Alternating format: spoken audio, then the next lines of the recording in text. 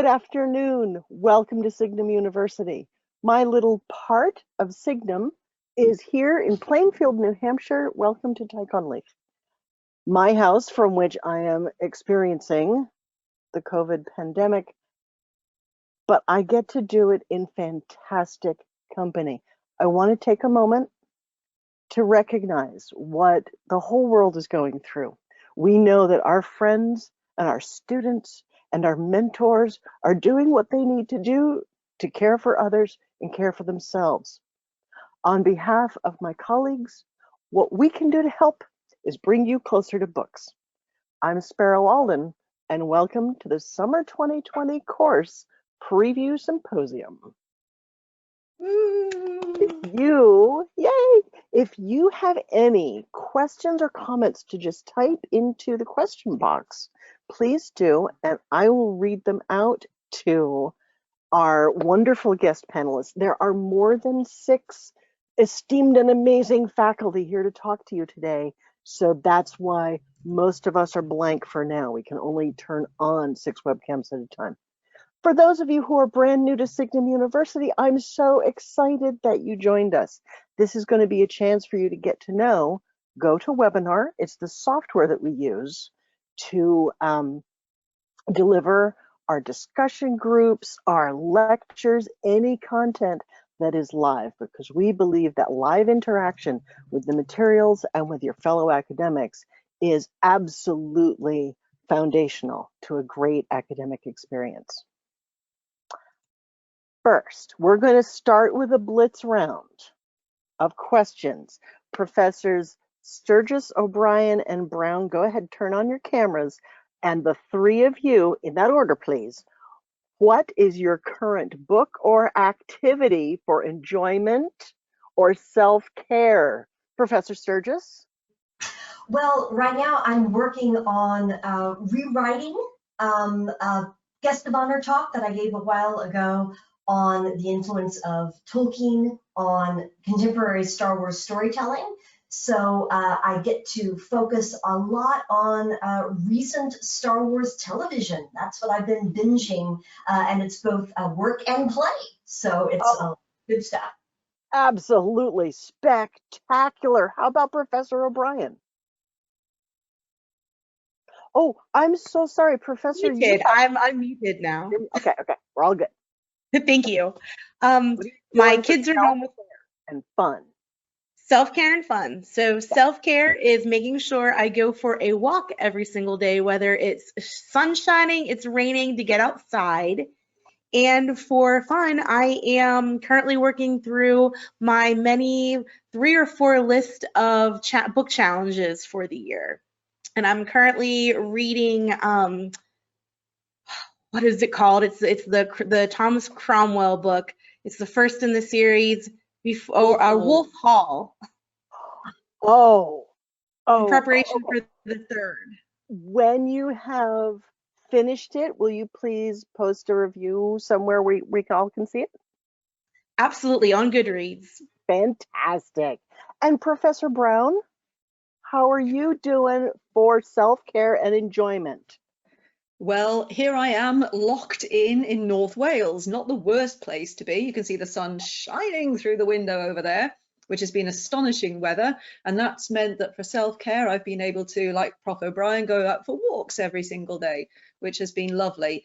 As far as reading is concerned, I'm afraid I can't get anywhere close to the amazingness that is Professor Sturgis's current reading, but I am currently reading Neil Gaiman's American Gods. Fantastic. Because it's awesome. He's awesome, and that's just a wonderful way of whiling away some time. Fantastic. Professor Brown, can we also find you on Goodreads and follow your book recommendations? I haven't done that as yet, but I am on Goodreads, but I haven't posted any stuff, but I'm sure I could be persuaded. I will knit you something very tiny for your solstice tree if you will put up some reviews on Goodreads, because I love knowing what my friends and colleagues think before I dive into a book. All right, thank you so much. And folks, you're looking at the Star Wars team right now. I am so excited.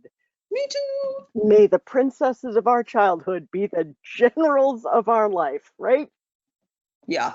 Okay, folks, you go ahead and close off your cameras. I'm going to ask Professors Parks, Shank, and Swank. What are you reading? What are you doing for self-care and enjoyment? Professor Park? Well, like Sarah, ironically, I'm about 15 minutes away from her in North Wales, so I am enjoying the same wonderful weather. Prepped. This is from my walk today. I hope you can see that. It's been absolutely stunning. That's stunning. My self-care, but I have to also say my self-care has been this mural behind me. I've started to paint my office to be mountains, and I'm looking forward to the green going in, and then I'm definitely painting hobbit holes and Hogwarts castle shadows and all sorts of lovely things behind me. So that's got to be both of those things. What I'm reading is a bit ironic. My mom recommended it. It's called Year One. I'm blanking on the author. It's about a global pandemic. Poor timing, Park. Nora Roberts? Yes, Nora Roberts, yeah. I've read the but trilogy. involves, it's really good. It's lovely, yeah, and it involves witches and wizards and magic and all sorts of things, so you can shelve the pandemic element and just really lose yourself in the fantasy. So I'm quite enjoying that. Fantastic. Professor Shank, this is enjoyment now and self-care. Okay, well, I've got really into Julian of Norwich, who was an anchoress in the, gosh, when did she live? Around the time of Chaucer. Well, And so she locked herself away in a single room for about 30 years and wrote the first pieces of literature that we can identify with a female author. But she's a beautiful writer, and I think in this time of self-isolation and quarantine, it's nice to read the words of someone who went through all of that in a slightly different context, but still nonetheless. And her life was touched by illness and plague as well. So she's a wonderful writer, just and so vibrant as well to read. Sort of centuries later, it's like she's speaking directly to me. So that's quite a lot of fun. I tried to read some Jack London, White Fang, because I thought that would be a fun thing to do. It sounded cute and adorable and nice distraction, but it was full of wolves eating lynx kittens and things, so I gave up on it. Bless. Oh, and Professor Shank, would you be willing to advance the slide so we have a pretty summer picture? Yes, of course. Thank you so much. And Professor Swank, what is your current self-care and enjoyment regimen? So having to stay home so much, I discovered there's a whole room in my house I never knew about. I think it's called the kitchen. I have heard of this place. It's amazing. There's like all these pots and pans in there, and if you put ingredients in them, wonderful things happen. So out of nowhere, I've never been much of a cook. I'm trying to get as many fresh fruits and vegetables and try a whole bunch of new recipes. So that's been fun since we can't eat out as much. And also I'm in Arizona, and it's our spring right now. We're going to hit 90 degrees this week for the first time. And so we've been trying to get out and do a hike in the wildflowers blooming every week. Fantastic. It's been beautiful. Did you have to go through furniture to find this mysterious room? Wardrobes, portals, portraits. Absolutely. I had to definitely go across a threshold to get into it, and it's a whole new world. Professor of Portal Fantasy, Chris Schwank. Not Schwank. Schwank. My tongue. Sorry so much. It happens all the time. Thank you so much, professors. And now I would love to call on Professors Peterson and Anderson. What are you doing for self-care and enjoyment? I'll give there you go. There we go. Go ahead, Professor Peterson first. Okay, so I'm not really reading anything. I'm working on new courses. So we have a bunch of new stuff up and coming in the works for spring 2021 and onward. So yeah, I don't do much reading for fun. I just do a lot of kind of work reading. Looking for new course readings. Mhm. So kind of doing the job of deanerizing the school. But I like to get out and walk. It's been nice to kind of just have an excuse to do that. Now it's normal and it's good. I've always disliked walking around other people, so it's perfect. So if I see someone coming, it's like get 4 meters away type of thing. So my Scandinavian body bubble has actually always been appropriate for this situation. So now it's actually finally fits the bill. So social distancing, I already dislike crowds, public places. This is perfect. This is like made for people like me. But I've enjoyed it. I've had a lot more time out in nature. Spring has just arrived in Minnesota. It's still cold out. It's below freezing overnight, but we're going to start doing backyard camping, which is the best that we could do now because we can't go to actual campgrounds and that sort of thing. But That's going to be so much fun. mhm. Oh, I'm just delighted.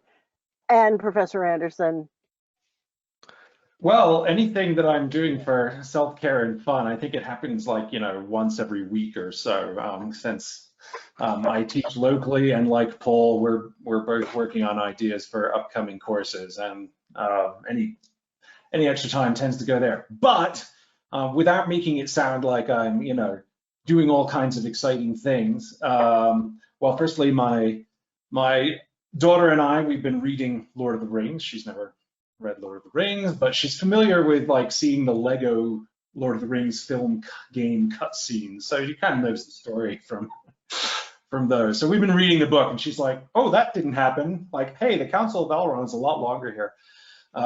We've also been diving into Star Wars television. We've been rewatching Clone Wars because of the last season and all things like that, and stuff. And so that's basically it. Doing some Star Wars and some Tolkien with her.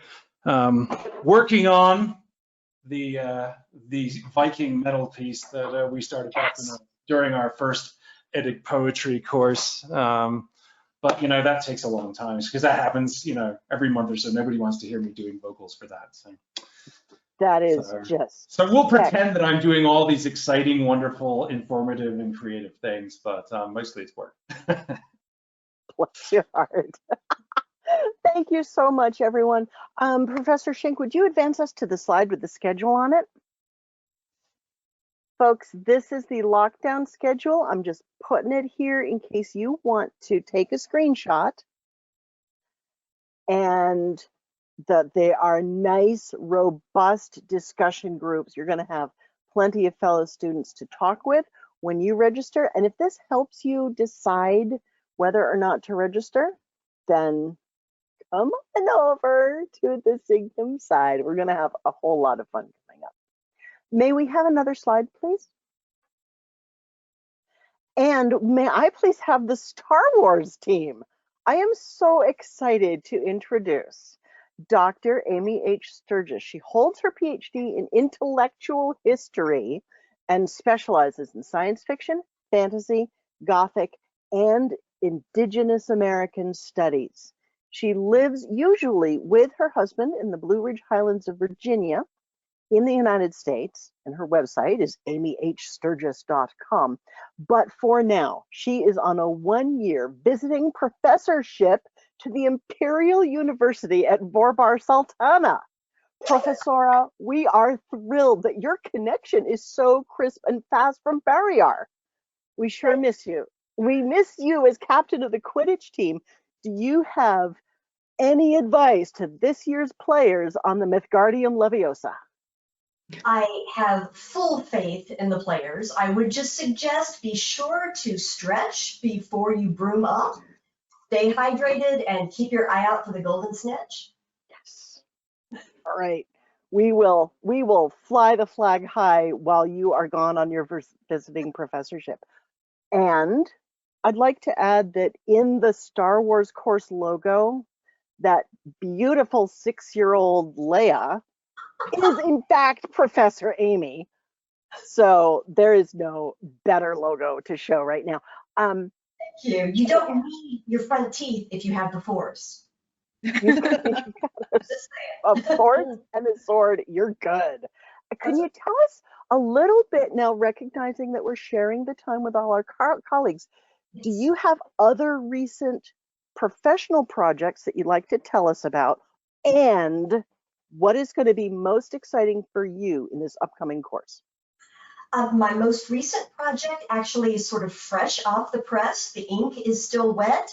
There is a new sci-fi, a companion book that has just come out, and I wrote the chapter on indigenous futurism, which is science fiction by Native American authors, and it has exploded in recent years, particularly since about 2012.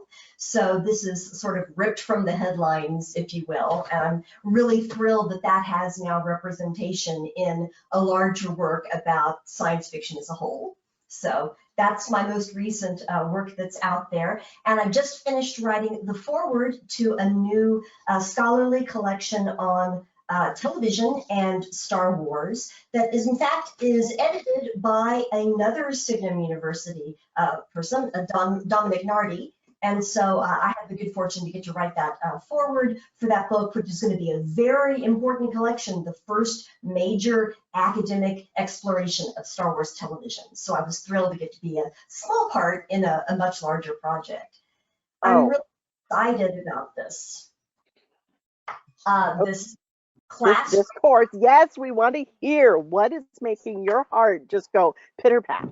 Well, the timing couldn't be better for this class because we now have closure for the 9-film saga for the Skywalkers. So this is a great time to sort of pause and think about what those 3 sets of trilogies mean. We also have a kind of breathing space. The Mandalorian first season is done. We're wrapping up this new season of Clone Wars. We have a couple of other television series, Resistance, Rebels, completed. So this is sort of a breathing space moment for Star Wars. And I've been teaching a class on Star Wars every semester, including summers, since 2015. And so I've been doing this a while now, but I'm really excited about getting to pause and think now, because this is sort of a moment where we can all kind of take a breath, look at other multimedia, the novels and comics, and really see how all of it fits together. There's also really exciting stuff on the horizon for Star Wars, and we're just situated this summer in the perfect space to evaluate what's come before and then to look ahead at what's coming next. The timing couldn't be better. Wow, this is going to be a lot of fun. And I get to introduce your co-professors. Folks, Dr. Sturgis is the lecturing professor for the course, and there are 2 precepting professors. First of all, Jessica O'Brien. She's currently at the Lenoir Rhine University, where her research in speculative physics makes her our literal, figurative rocket scientist. Professor O'Brien, what else are you working on? And what is the most special thing you're looking forward to in this course? First of all, you can't make me follow Dr. Surgis with what I'm working on, because that's a poor setup, Sparrow. But I gave you speculative physics. You did. I'm a rocket scientist.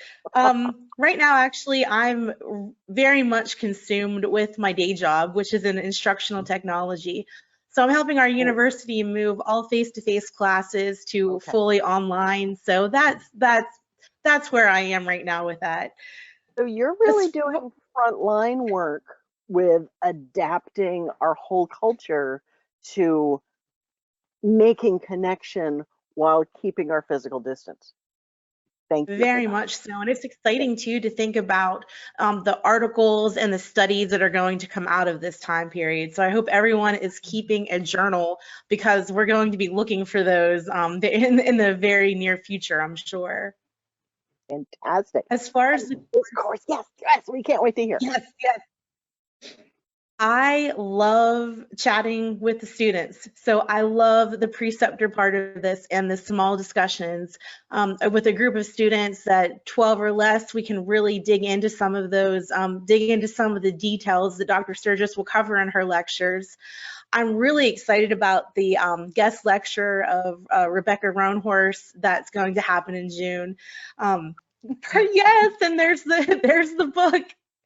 Just gonna fangirl squee a little bit. Yes.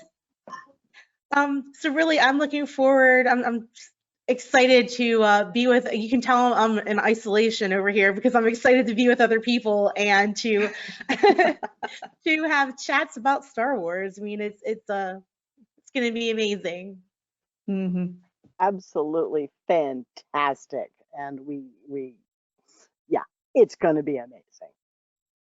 Our next member of the Star Wars team, Dr. Sarah Brown, is the MA Program Teaching Coordinator and MA Thesis Coordinator for the Signum University Language and Literature faculty. She's been a lecturer, she's been a preceptor for our university since 2012, which makes her one of the longest serving members of the faculty. She holds a PhD from Salford University, focusing on Tolkien's Middle-earth in context. Her master's degree is in international history. Oh, I see a very beautiful overlap there, from the London School of Economics. And her thesis, I need to share this with you. Sorry, Sarah, but it's too awesome. On the problem of the gold standard in international politics and economics in the 19th century. Thank you. It's a real page turner, that one. Absolutely. So sometime when the children are asleep and we have a refreshing beverage, I'm going to ask you about the economics of the various fantasy worlds that we have traveled through together. Sarah has a number of lectures at conferences on the topics of Tolkien, fantasy, fandom, and she's been published in this lovely handbook, a handful of literature journals. Sarah, I have a first question for you. You've been both a lecturing professor and a precepting professor. Mm-hmm. For our friends at home who are just getting to know Signum, you're the one who knows. Can you tell us, can you articulate the collaborative yet distinct roles of a lecturer and preceptor? Okay, well, I'll try.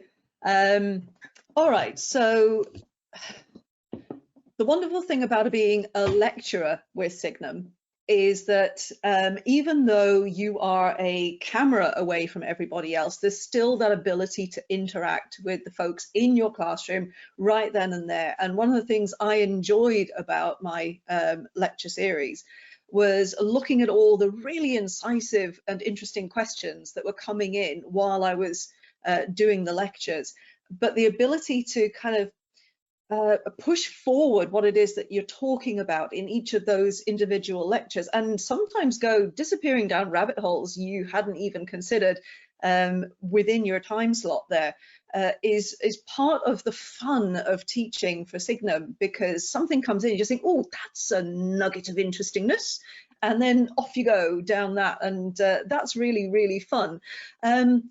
The difference between that and the preceptor, though, and the reason why I really enjoy precepting is that, like Prof. O'Brien was saying a few minutes ago, that ability to really get into the text within the little chat group that you've got going in your preceptor group, and between all of you, tease out all the little interesting things and pull out all those little threads of stuff that, you know, it's kicked off by the lecture, but then it's extended through the preceptor group.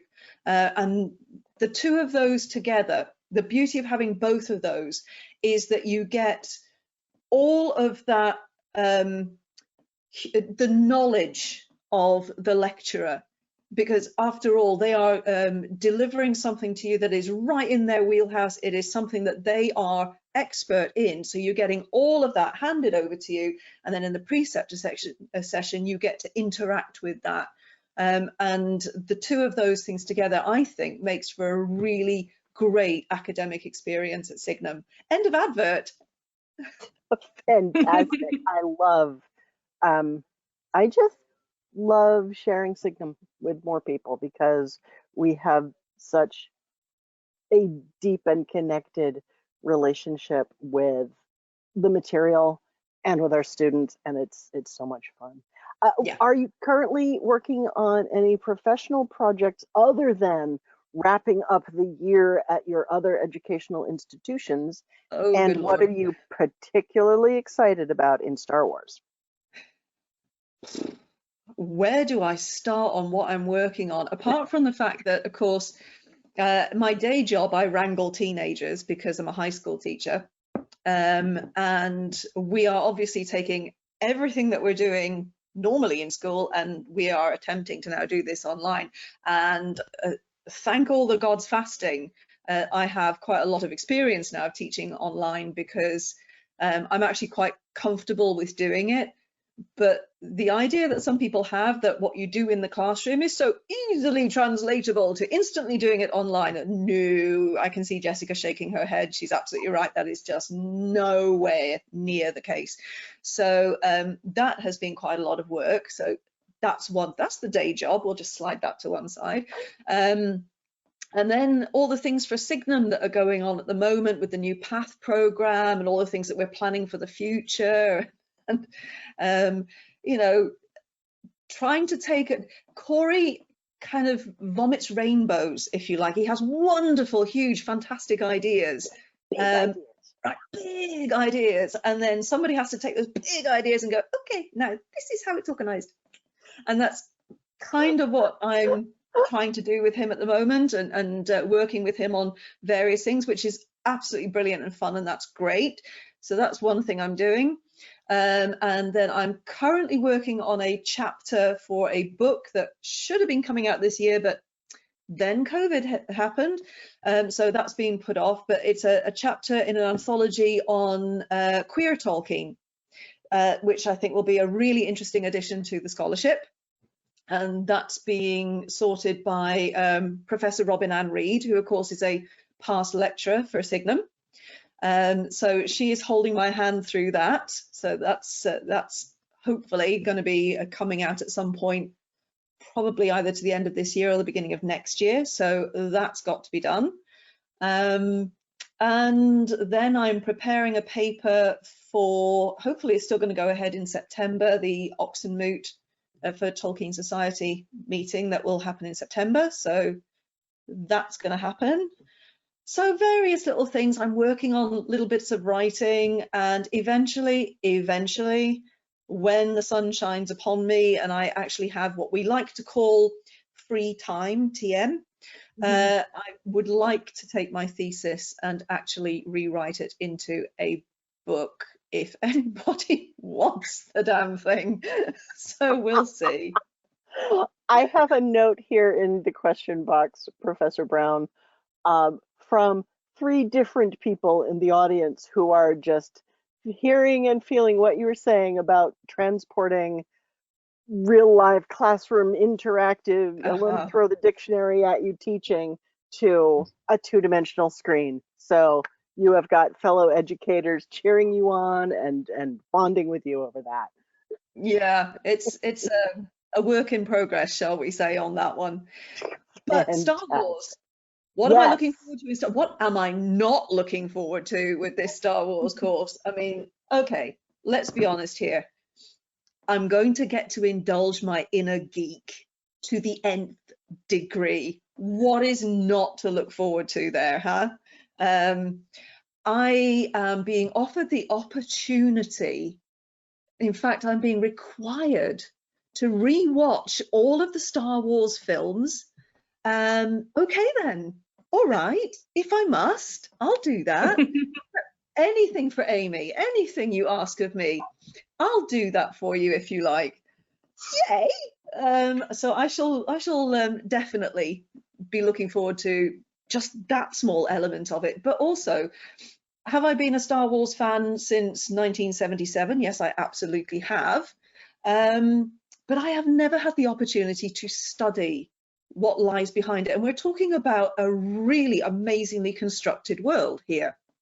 You know, we look at Tolkien's world and we know that Middle-earth is an incredibly well-constructed world. Well, here it's not just a world, we're talking about a universe of many different worlds with many different cultures. And underlying this, you've got the Skywalker story going through all of this, pinning it all together, and getting the opportunity to have somebody like Amy walking me through this. I mean, I am going to learn so much from this course. And then I'm going to have to strap myself into my seat for the preceptor sessions, because they're going to have to stop me from squeeing. Best of luck. Very best of luck on that one. Absolutely, absolutely. And again, to the meaning of Star Wars team, thank you so much for bringing this adventure to Signum this summer. Thank you, thank you, thank you. I'm going to ask you to stay with us if you can, but shut down your cameras. And we're going to bring up Maggie Park, because Professor Park and I are bringing you Celtic mythology in children's fantasy. Maggie Park is a preceptor and lecturer at Signum University.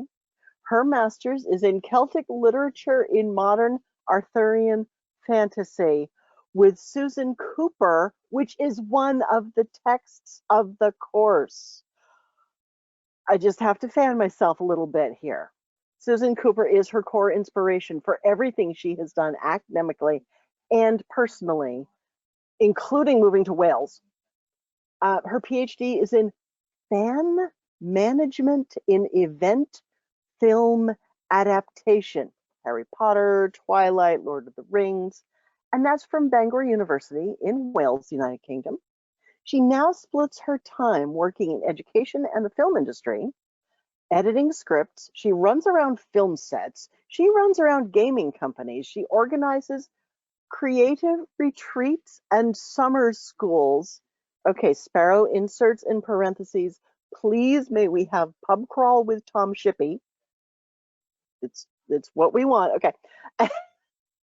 And she also teaches a creative industries course for CAPA Global Education that's in London, and she promotes study in Wales for the Welsh universities. Maggie, we get to work together, and this is the first opportunity I've had to do that. I'm so excited. Right? Right.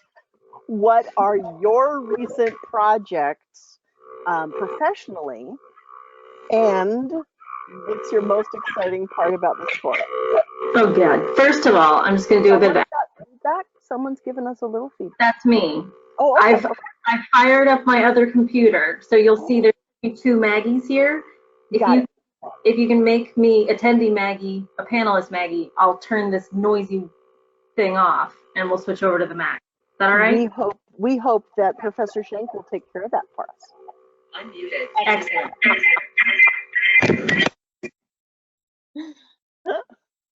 Okay. All righty. I'm coming. She's coming back. Her visual will come back in just a moment. And I have previously asked Professor Park about a pub crawl with Tom Shippy. I would take my daughter's college fund and spend it on such an event. Can you make it happen? Funny story. You're gonna die. So I've met Tom Shippy. It was when I was a master's student, and I traveled from Wales to Dublin to listen to him give a lecture in Dublin. And I was invited out for drinks with the people that were organizing it afterwards, because I was like, awesome, I'm here from Wales, please make me feel special. They took me out to the pub with them, and nobody was talking to Tom Shippy. He was sitting by himself in the corner. So homegirl went and sat with Tom Shippy for like an hour and just geeked out about Tolkien. It was pretty incredible. So that was like 2006, 2007, something like that. Yeah, it was a good time. So yes, we can definitely make that happen. I think we've got some ins. We have got means, motive, and opportunity as far as I'm concerned. And the summer schools and traveling things is something we're thinking about with Signum. So it could be there's a time in the future that we have a course that then has a travel element when we're all allowed to move again. And I'm just calling things to wait for and get excited about. There you So go. what are you working on right now in academia? And what specifically are you excited for in this course about Celtic mythology and modern children's fantasy?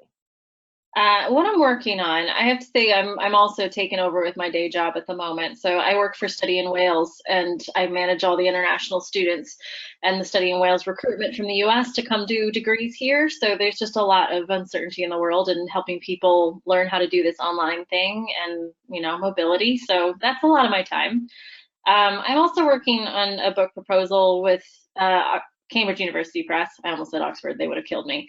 Cambridge University Press, in their new imprint. It's supposed to be academic text, but much more accessible. And that's like my bread and butter with industry, because I work between academia and industry, and I want to help make that path smoother. So trying to get filmmakers and practitioners to read academic texts, it's not going to happen. So if we can work on making something a little bit more user-friendly. So that's what I'm working on, making my PhD research on fan management into something that's a little bit more accessible for practitioners as well as academics. Oh, that is so needed, and I am so grateful that you have those skills. Fan-freaking-tastic. That's the goal now. I just have to do it. Ask Corey how I am with deadlines. We've also been trying to work on something with that little Amazon project. So we're on it. We're on it. We're on it. We're so on it, right? This course. Okay, yes, this course. Holy dang, guys. First of all, this is the course that like I would have died as a 19-year-old to know existed, because when I was 8, I read Susan Cooper's books. It was like a kid reading Harry Potter and wanting to go to Hogwarts. I read these books and I had to move to Wales. So 15 years on, I still live in Wales, and it's Susan Cooper's fault. And she knows this. I've met her multiple times now, and she knows that it's because of these 5 magical texts that everything that has happened after.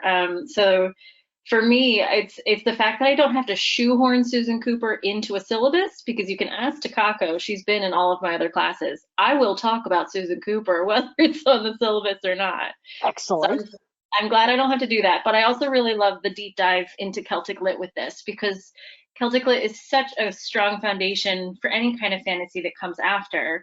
Just as every mythology will have its partner in academic text and accessible fiction, but I feel like Celtic is such a good example of it. You know, it's so clear what some of these stereotypes and archetypes and everything are, and we can see it in so many things beyond children's fantasy lit. You know, we can talk about popular film, we can talk about comic books.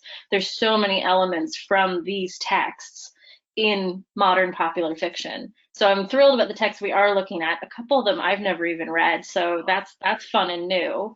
But also digging into the stuff that you do know and just really love, and finally get to talk about it with an enthusiastic posse. That is wonderful. I'm looking forward to it very much. And I'm going to add on to what you're saying about this course. You have a wonderful evening course in Wales, which is mid-afternoon here in Eastern Standard Time, and I'm going to do a late evening class, which is early evening in California and middle of the night somewhere else. So we get to work in parallel. The lectures are by Dimitra Fimi. And for folks who don't know, Dimitra Fimi was the lecturing professor for this course, and they were recorded at the time that she gave them. She gave them to a live class. So there's all of that energy going on. And Professor Park and I will each have, as Sarah Brown was saying, one of those smaller discussion groups where we can get into nitpicky details. And I have to say, my favorite part of any Signum class that I teach is that folks are coming in with deep experience. We even have high schoolers as discussion auditors sometimes. It's rare, but sometimes we do, and it's amazing. And we have retired people who just want to explore something they've never been able to, or something they've always done all their lives, and now they get to do it for fun. So if you have an expertise in blacksmithing, and you bring that into the discussion of Cuchulain's battle armor and gear, how much more enriching is that experience for everyone in the classroom with us? And that's what I get excited about in the courses. Yeah, and I think that that line too that you said of just the passion and deep experience, that doesn't mean you have to know this stuff. That doesn't mean you've read these texts. You can be completely new to Celtic myth and fantasy and everything else. But whatever you're coming in with is valuable to that course. And the conversations you get into are just so cool. Yeah, the communities that we build with the different life experiences and the different passions, it's great. They really are. I love it. Thank you so much, Maggie, and I am looking forward to this semester. Thank you. See ya. I would love to have the Tolkien's Wars and Middle-earth team. Come on up.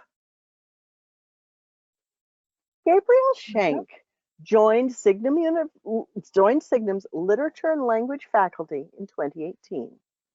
He says, I'm excited about teaching this course alongside Professor Swank. This is my first time teaching Tolkien's Wars and Middle-earth, although I've worked on, says Professor Gabriel, both war literature and Tolkien separately. He's going to have a chance to combine them. He did his Doctor of Philosophy on 19th and 20th century Arthurian literature, including the work written during both World Wars. He worked at Pembroke College of Oxford, where Tolkien was the Rowlandson and Bosworth Professor of Anglo-Saxon from 25 to 45, so between the wars and during World War II. At Pembroke, Professor Schenk helped establish the annual Tolkien lecture series on fantasy literature. And for the past few years, he's been working with Tim Tolkien, the grandnephew of the author, on a memorial plaque for J.R.R. Tolkien to be erected on the wall outside his old office. That's so fun.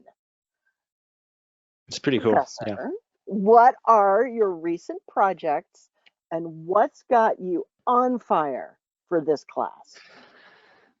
Recent projects, gosh, surviving, I suppose. I'm just trying to remember what my brain is supposed to be doing these days. I am writing. About the cats. You can tell us about the cats. I've got two cats, Pushkin and Paloma, who are always getting into trouble. I had to stop them from eating a butterfly this morning, so that's one of my projects. Very good. I am also writing an encyclopedia article on T.H. White's The Once and Future King, and I am going to be writing an article on comparing the similarities and differences between J.R.R. Tolkien and C.S. Lewis. So that will be nice to do whilst I'm teaching this course as well, because for that article I need to reread Lord of the Rings anyway. So it's nice to do that whilst delving into Tolkien in this way. And at some point I'd like to get back to rewriting my novel, but we'll see. I write out in the countryside, take my laptop out with me in the fields near my house, and a little bit difficult to do that under quarantine. What do you write? It's science fiction, so it's nothing to do with this. But anyway, and what do you write? What do I write? Yes. Well, can you narrow it down a little better? Well, I mean, I could. It's been a long time since I've thought of it. It's set on Mars, and it's actually about isolation and loneliness and so on. It's funny. I started been writing it for years, and when I was teaching Dr. Sturgis's Gothic literature course, a lot of those kind of ideas bled into the novel. So it's a kind of Gothic sci-fi novel, actually. I'd like to thank Dr. Sturgis for that, but also, of course, all those authors on that course. But that's a separate topic. That's a course for another day, I think. That's kind of what I'm working on. In terms of what I'm fired up about with this course, I think other than the subject matter, it's John Garth himself. So I haven't yet listened to all the lectures for this course. I'm going to be doing it at the same time as the students, so I don't get ahead of myself. But I've heard John speak a few times in Oxford and London. And every time he speaks, one of two things take place. Well, either he's found something in the archive, in a notebook or a line or something, a line of poetry in a diary or something like that, And he will explain the significance in such a way that makes you completely reevaluate everything you thought you knew about Tolkien and sort of opens up new possibilities of meaning. And the other type of talk that John Garth gives is the talk when he hasn't discovered anything in the archives, but he's found a new perspective. He's found a new way of looking at something that Tolkien wrote. And that also opens up worlds of possibility as well. So the effect of listening to John Garth speak about Tolkien is always you come away sort of thinking about things in a new way, and very much looking forward to doing that with this course. Oh, fantastic. Yes, yes. It's going to be so much fun. And your partner in crime, your co-precepting professor, Chris Swank. She is a preceptor at Signum University and library director at Pima Community College Northwest Campus in Tucson, Arizona. She holds some degrees, lots of degrees. In fact, there's throw letters after her name. Most important, she's got an MA in Language and Literature in Tolkien Studies from Signum University. She is currently a postgrad research student at University of Glasgow with another Signum University faculty member, Dr. Dimitra Fimi. If you'll recall that name, that's the amazing professor who did the live Celtic Myth lectures. So, Chris Swank, what are you working on right now? And what are you so excited for you can barely hold it in? Well, I'm working on my doctoral dissertation with Dr. Fimi right now. I'm a distance learner at the University of Glasgow, so I took a year off sabbatical from my day job and have been working on my dissertation. It's pretty all-encompassing. And it really grew out of my work as a Signum student, and my master's thesis as a Signum student turned into my doctoral thesis. So that's, wow. If that's the way you guys want to go, kids, it's all possible. And especially with, we're kind of pioneering this idea of online distance learning at the University of Glasgow. I'm one of the few students, Luke Shelton, who's another Signum alum, Penny Holdaway, another Signum alum. We've all been working with Dr. Fimi distance, and it might be new to some folks, but we've been doing it for a while here at Signum, so we're very comfortable with all the online technology.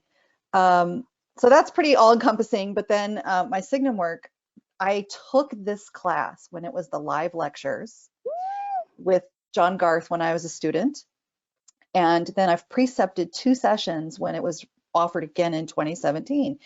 I love this Tolkien's Wars in Middle-earth class. I think this is the most emotional roller coaster ride class of Signum's offerings, and John reads some of the letters that Tolkien and his high school and university chums wrote to each other, and every time they bring me to tears. If you don't like crying, don't take this class, because you will cry.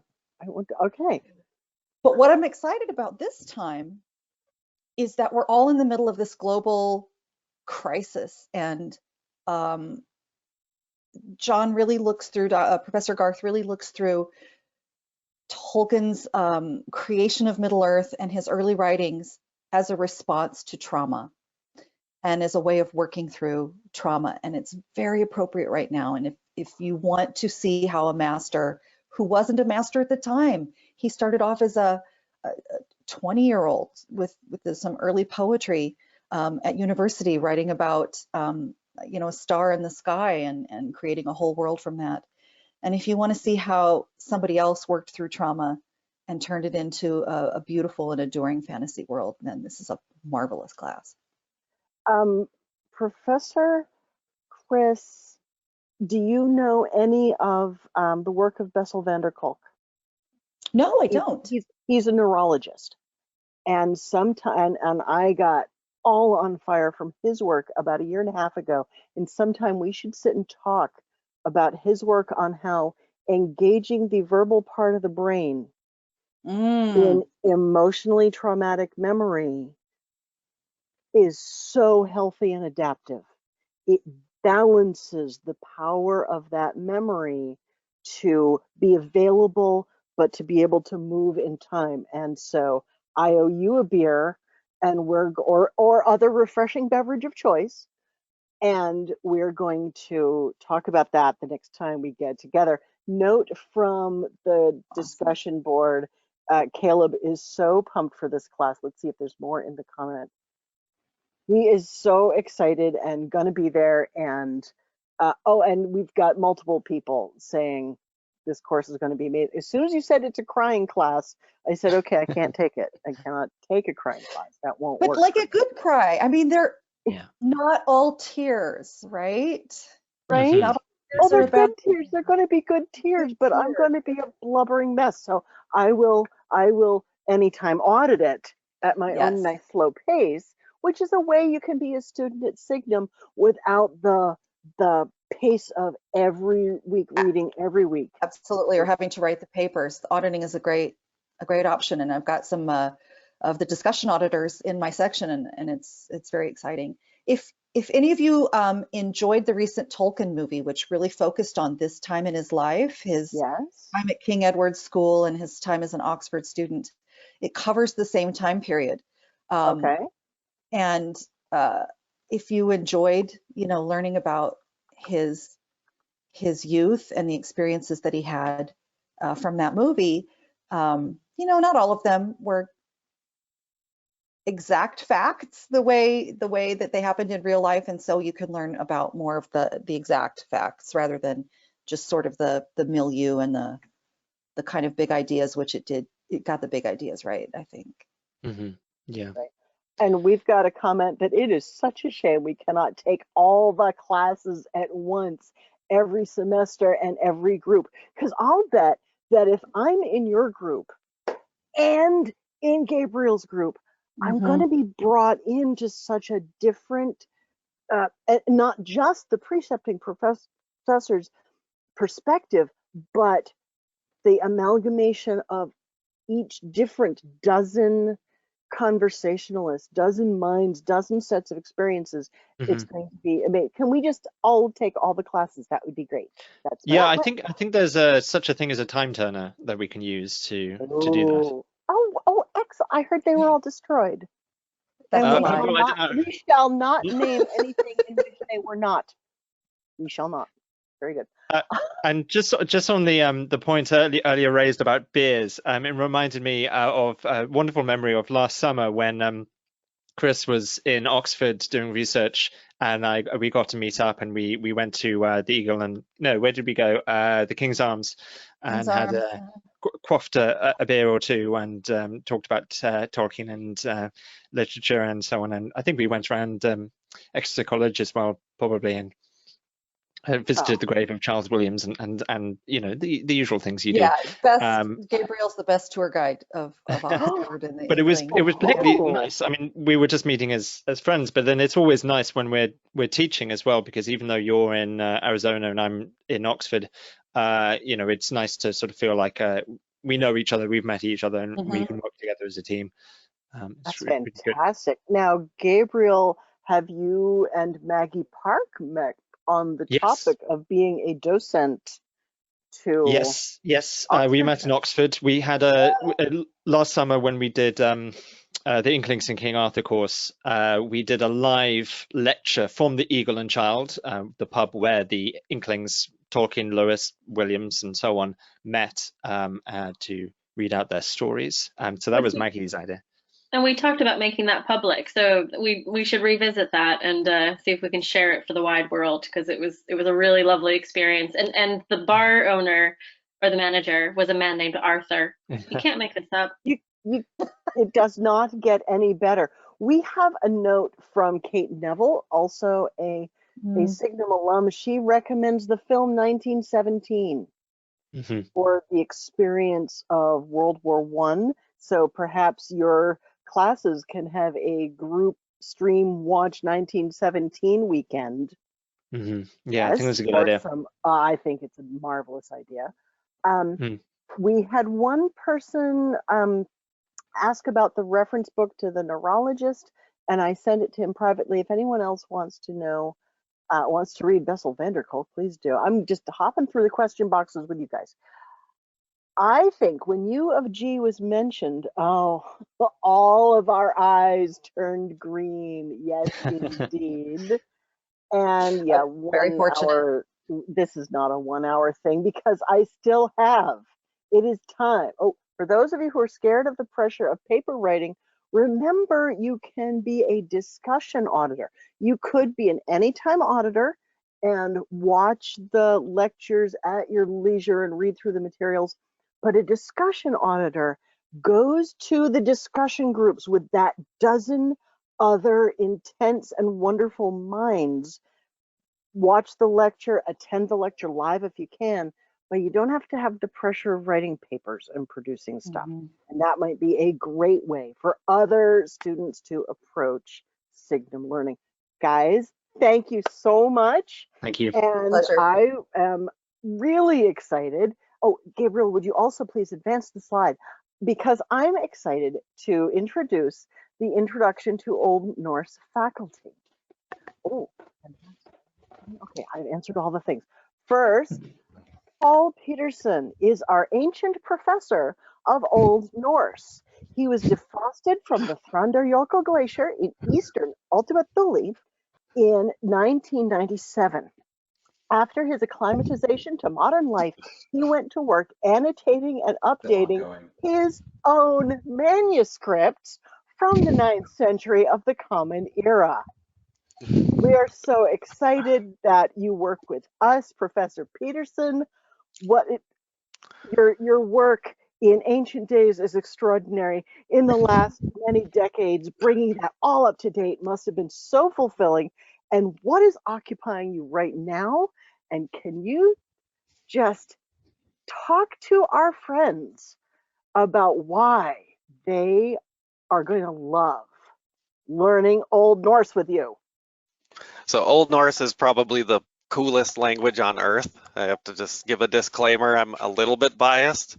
I really love teaching Old Norse. I teach all of the sort of the Germanic philology sequence stuff. I do a lot of the old Germanic languages. So when I unthawed from my 9th century Old Saxon manuscript that I was just reading last 2 weeks ago, I took a long ship further north to Norway, and that's sort of where Carl and I are heading in just 13 or so days. May the 4th is the start of our summer semester. May the 4th be with you. Get it? So it is a very, very opportune start date, I suppose, for their new Star Wars course. But my favorite thing about Old Norse is that it actually does influence modern English. It is one of our sort of ancestral languages. So when we say Old English, that's kind of not really our ancestral language. It's actually a weird hybrid dialect of Old English and Old Norse. So many of our day-to-day vocabulary items do come from Old Norse. So that's why it's really, it is sort of part of our collective heritage in that sense. The language is accessible, I think. Also, it's a related language to English and the other Germanic languages.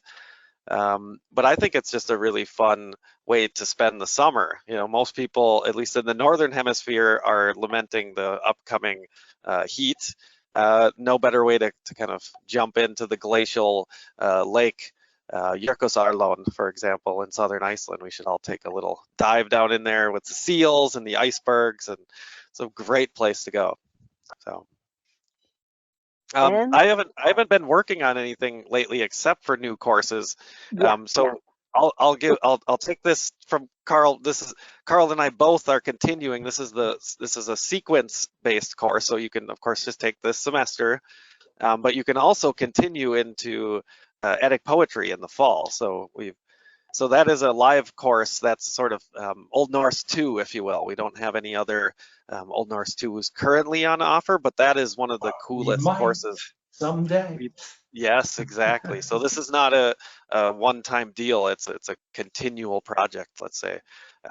Eddic poetry is basically where we get all of our myths and legends for Old Norse, but kind of in the bigger Germanic sphere, we get all of our, that's the only direct primary sources we have of mythology from medieval Scandinavia, kind of as close as you can get. So, but we do a lot of really interesting things in that course, and this is kind of a prerequisite to that, but it for future courses as well. I think it's one of the coolest languages, and it's still spoken in modern Iceland. Now, there's a little bit of debate about how direct it is from 13th century Icelandic to 21st century Icelandic, but they can read the language still in modern Iceland. You were there. You were there. You're the expert. You tell us. How close is it?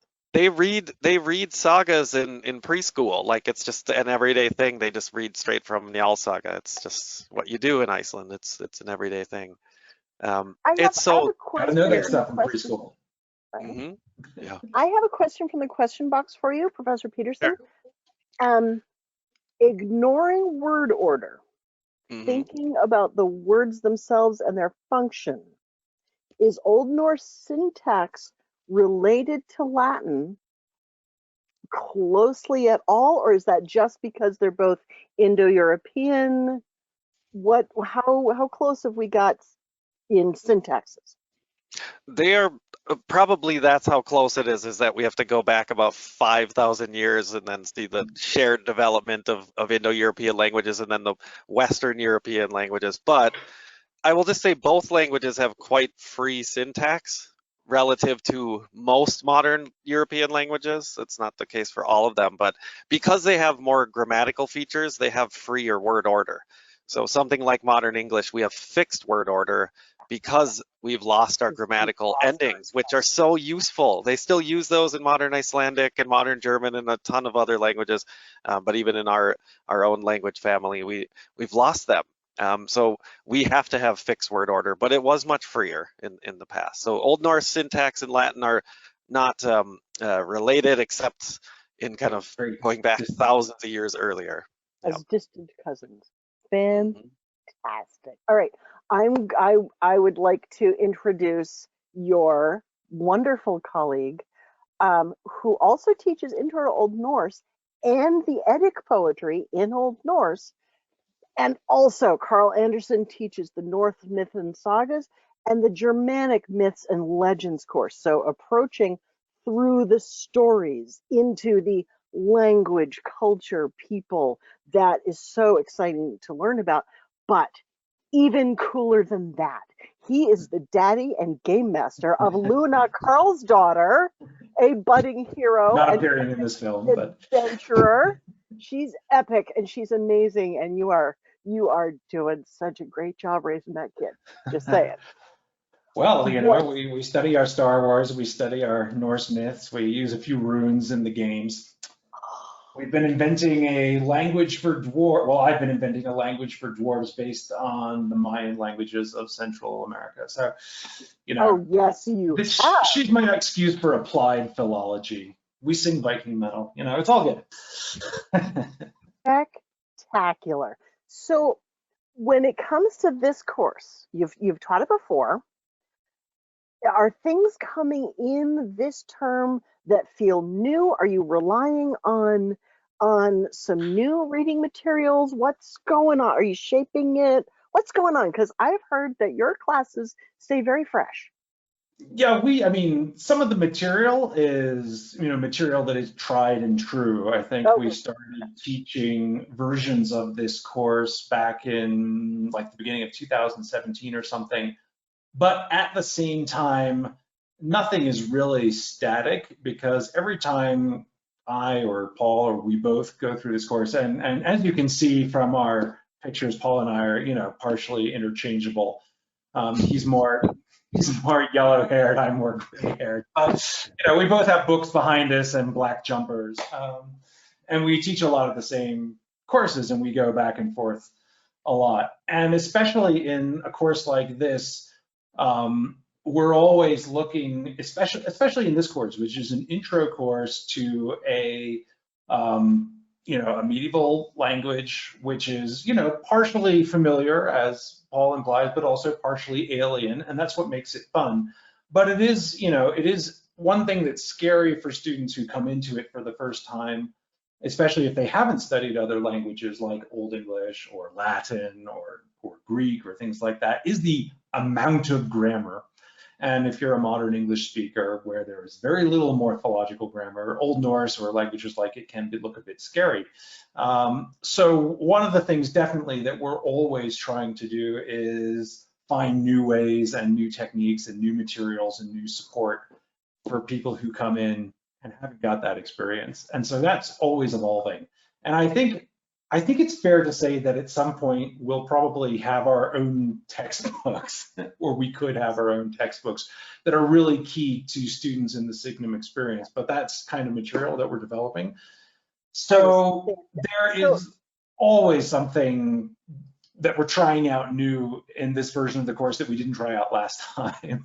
May I, so tell me if I'm hearing you correctly, someone who has never studied Norse or modern Norwegian or Swedish or any of that, or even German, maybe has not studied any language since high school when they got enough Spanish to pass and move on, they're still welcome to try.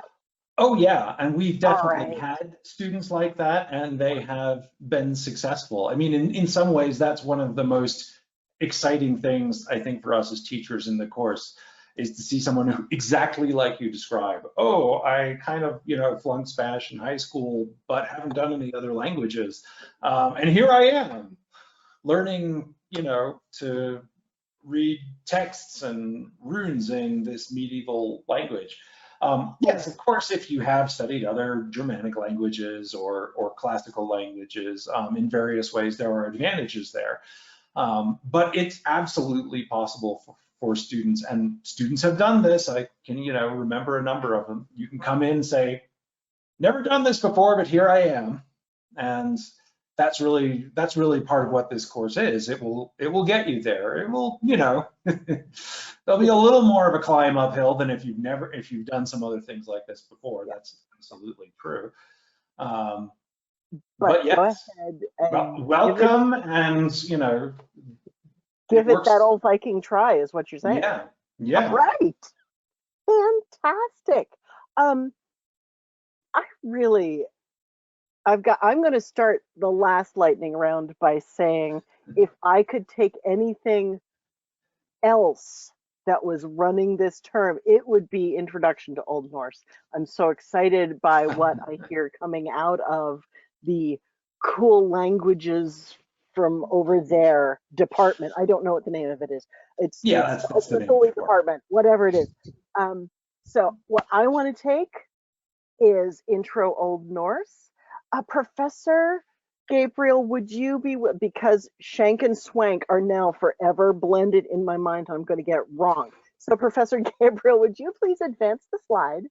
I would love to invite the Star Wars team to come on up. And here's your Blitz round. Which other class would you take this summer? Professor Sturgis? This is really tough. I'm a convert now to every single class. All of the students who are going to be in all of those classes.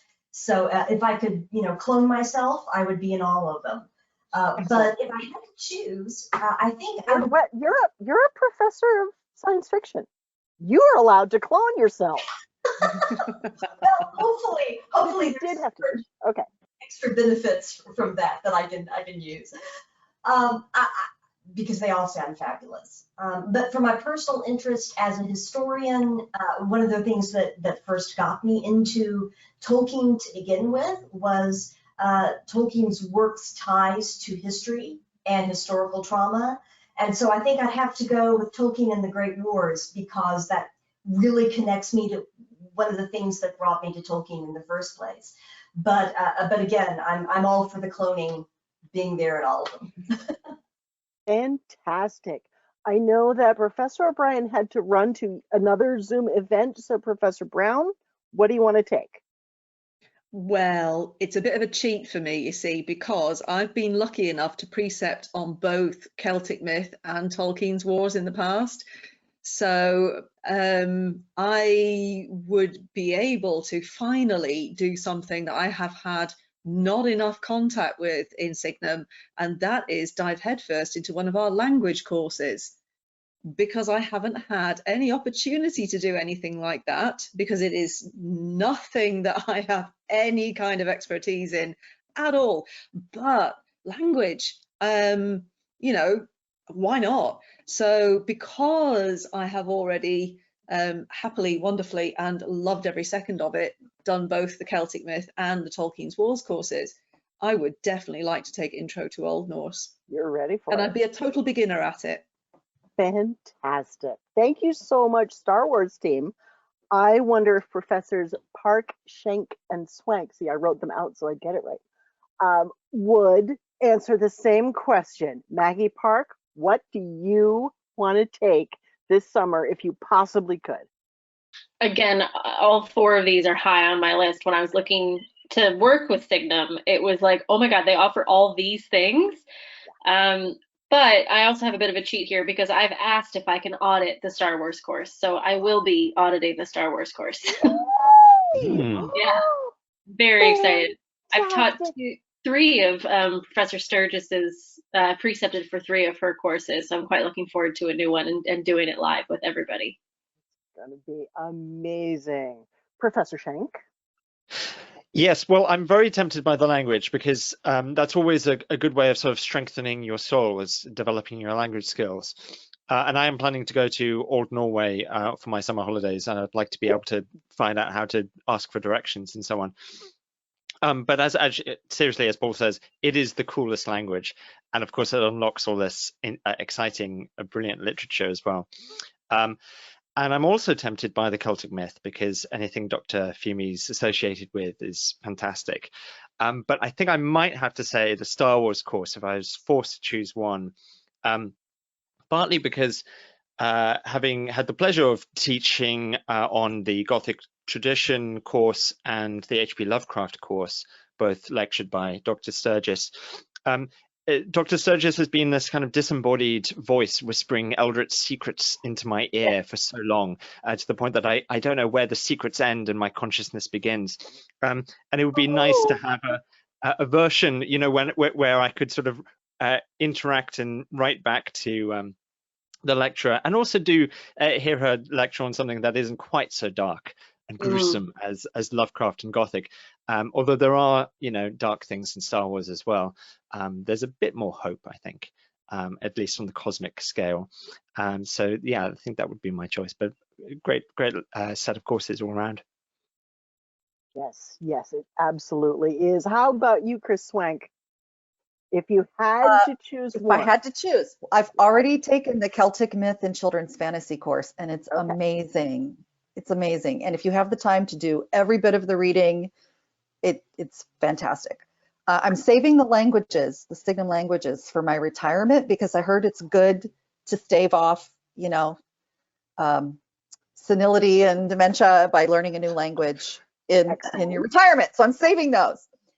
I'm planning it. It's not too far ahead.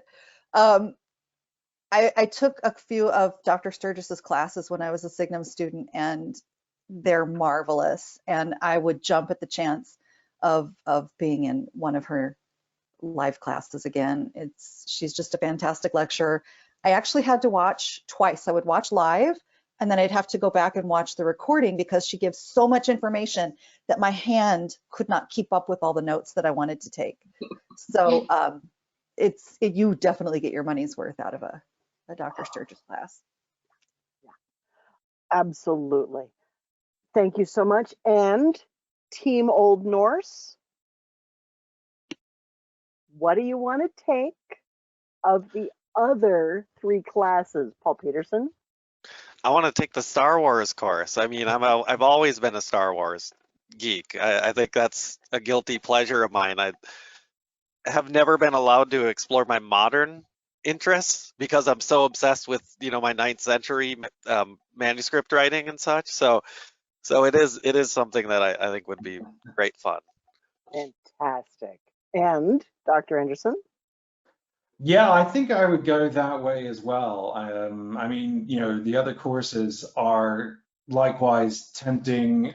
I met John Garth, in an Oxenmoot long ago, and his material is great, and our preceptors are great. I think that's one of the strengths of all the Signum courses, is the preceptors and lecturers are so enthusiastic and knowledgeable. They make everything exciting.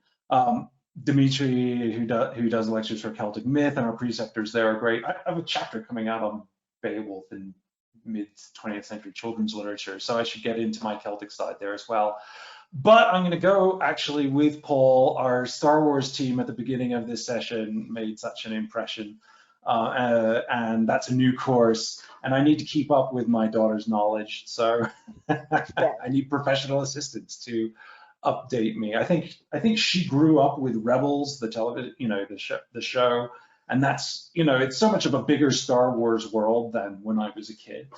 And so it would be so exciting to hear other people talk about that. And do, like Paul says, we spend so much time in the misty past that it would be well, actually, I guess Star Wars is the even more misty past officially, right? So we're really going further into the past, long, long ago. But it would be a bit of a holiday to, have some laser swords. The past is just another vector, right? There you go. And Past is another country. They do things exactly the same there, as Douglas Adams would for say. our farewell and wrap up, since I'm now crying, those of you who know me, if you have ever been in a classroom with me, I cry when it gets good. So I'm weeping.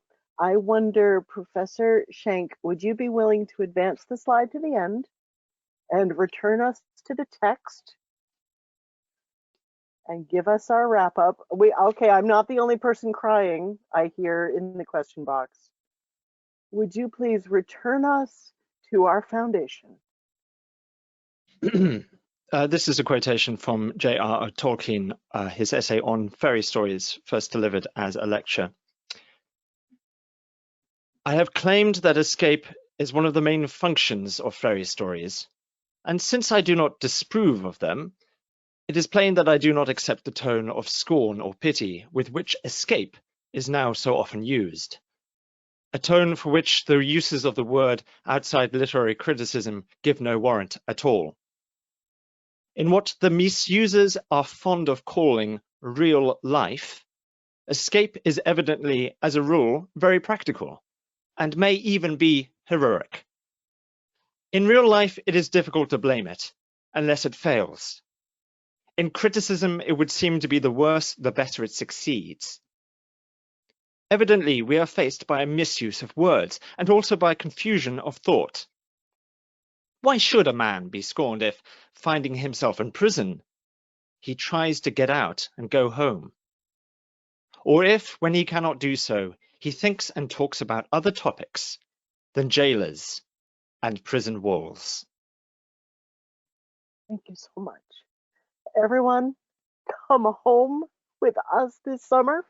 Signum University is going to take you on a beautiful adventure. Thank you so much for joining us. Thank you to all my wonderful colleagues. And we're going to say farewell because I'm crying. Take care. We love you all. Thank you very much, everyone. Bye. Thank you, Bye, Sparrow. guys. Thanks, Sparrow. Bye. Good luck with everyone studying this term. Thank Yes, you. good luck, everyone, and see you soon. Yay.